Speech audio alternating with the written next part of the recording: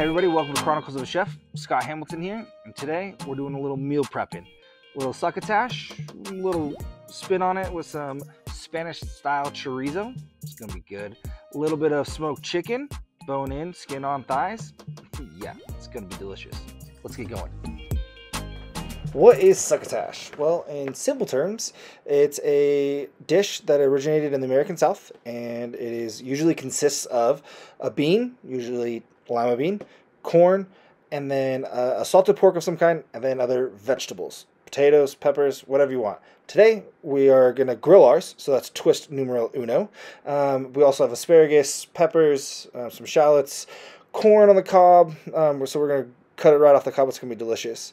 Peppers, I always like to finish them off upside down when we can, to use that kind of a cup to catch all those juices. Just add flavor later. Delicious.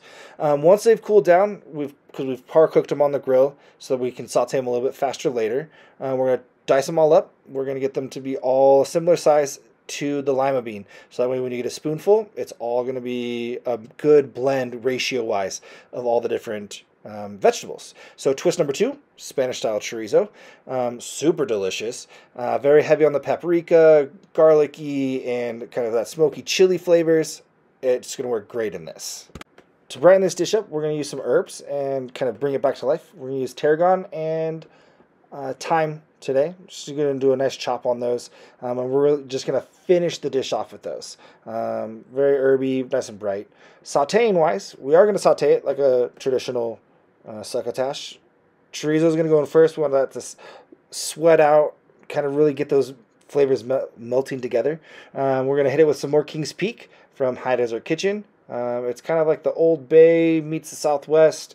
Great on anything and everything. Go-to of mine. I love it. A little smoky, a little sweet. Has monk fruit in there. It's just great. And grilling, smoking, anything. But yeah, we're just going to saute those things together. Really just kind of cooking things through. Not too long, not too hot or fast. And look at that. It's looking beautiful.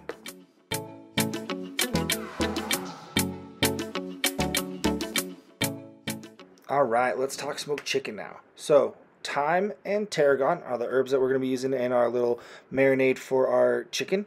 And we're doing that so that we can match the succotash herbs. Just to kind of have a good connecting point so that these go together really well. We don't want to match the flavors completely. We want them to taste a little different, but we also want to tie them together. Bonneville seasoning from High Desert Kitchen.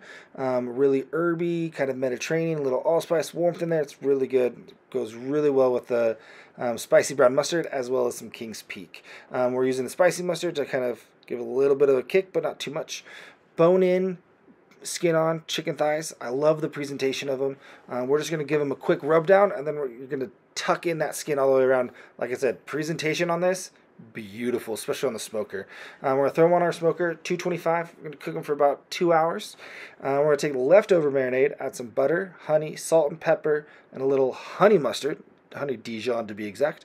Give that a good mix, and we're going to baste that over the top. That butter, that fat, everything is getting, and that honey is going to give us really beautiful skin. Look at that. Oh, nice and crunchy. That just full of flavor. Look at that. And then we decided to go with a meal prep, right? So here we have it all prepped up. Let's see how it tastes throughout the week. All right, we are now going to taste test this delicious succotash and smoked chicken that I made. I made it about a week ago. I did put it out into kind of like a meal prep format. So it's been microwaved to be reheated. And like I was saying, we're on day like 6 or 7 now. First things first, as we're looking at it all, obviously microwaving the chicken with the skin on isn't that great. It's gonna be a little bit soggy. It's gonna lose that crisp that we were able to get on the smoker. So different cut of meat for sure next time. And by different cut, I mean boneless, skinless chicken thighs is what I would go with. And I'd still smoke them. All that would be the same. Eating process so far has been delicious every single day. So let's get into this.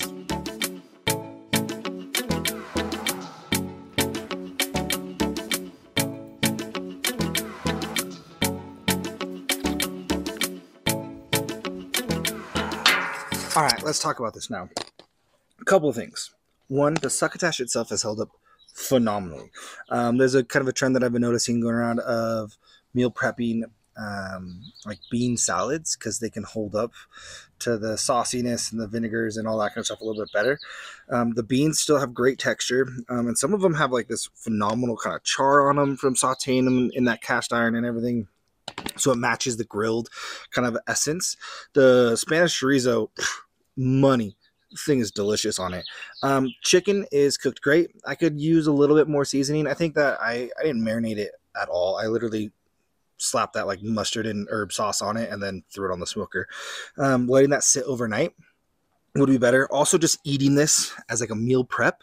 Like I was saying earlier, lose the skin. Even though skin is actually like, it's a nice richness because I feel like this could use a sauce, and the skin almost kind of gives you that sauce because it's really delicate and it really kind of melts in your mouth. It's not super chewy. So that's good. The chicken, like I was saying though, I think either if you want to go lean, go with the chicken breast or, you know, that. So I think next time chicken thighs and smoke them, and then chop them up and then reheat it all together. The beautiful thing about this, like succotash, it's kind of like an American Southern stir fry. Easy, can go with just about anything. I mean, beans and corn obviously need to be kind of in there, but once you're out of that, it's like whatever you want, and it's delicious. Obviously, the King's Peak in here, the smokiness and sweetness of the King's Peak, and a little bit of a spice kind of to it with this ginger and the mustard and everything is really, really good. But I mean, overall, the flavors are phenomenal. Shout out to High Desert Kitchen, also my company. So obviously, big shout out. They're awesome. But no, it's delicious. I think that I would love to find another chorizo. This was on sale, so I used it. And do this again. The asparagus has held up really, really well.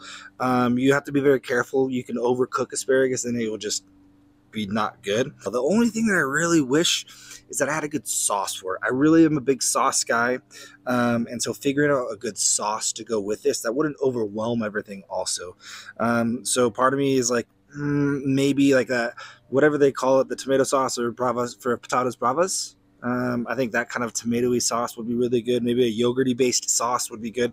Not a whole lot. I don't want it to drown in a sauce, but something just to like chipotle mayo might be a little overpowering, but like along those kind of lines, just like a really simple sauce to kind of coat everything. But overall, this was money, and I think that this should be a recipe.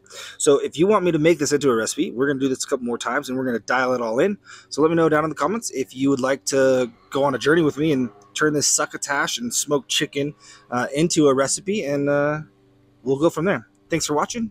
Make sure you like and subscribe, and we'll see you next week.